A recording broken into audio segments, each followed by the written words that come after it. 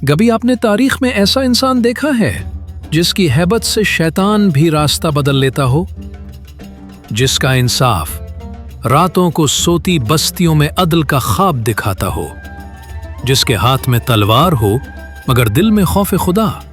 ये कहानी है उमर बिन खत्ताब की, एक ऐसा नाम जो आज भी जुल्म के ऐवानों को लर्जा देता है। जवानी में वो कुरैश के बहादुर, निडर और ताकतवर इंसानों में से थे। ऊंचे कद, सुर्ख रंग, गहरी आंखें, अल्फाज की तेजी और जिस्मानी कुव्वत दोनों में बेमिसाल, इस्लाम के सख्त दुश्मन लेकिन दिल में सच की तलाश।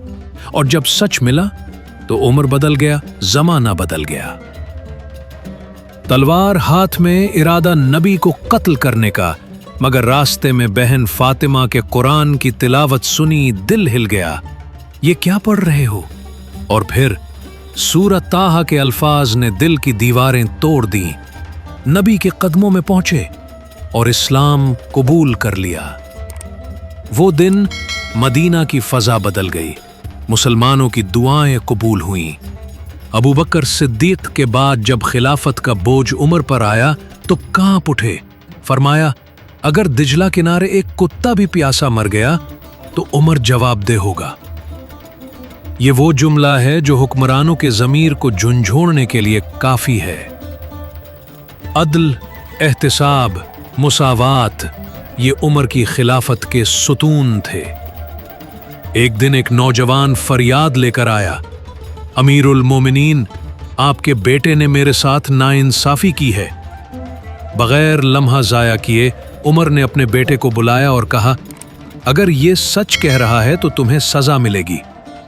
अपना बेटा भी हो तो इंसाफ में फर्क नहीं। यही था उमर का अदल। रात के सन्नाटे में मदीना की गलियों में एक साया चलता था। वो उमर बिन खत्ताब थे, अमीरुल मोमिनीन, जो रियाया की खबर लेने खुद निकलते। एक दिन एक मां अपने बच्चों को पानी में पत्थर डालकर बहला रही थी। उमर की आंखों में आंसू आ गए। ऐसा हुक्मरान, ऐसा इंसान न पहले आया न बाद में आएगा। वो सिर्फ उमर था, उमर बिन खत्ताब, अदल का मीनार, तकवा का समंदर और उम्मत के लिए एक अजीम मिसाल। कनकोंटर बाइट, आपके चैनल का दीक।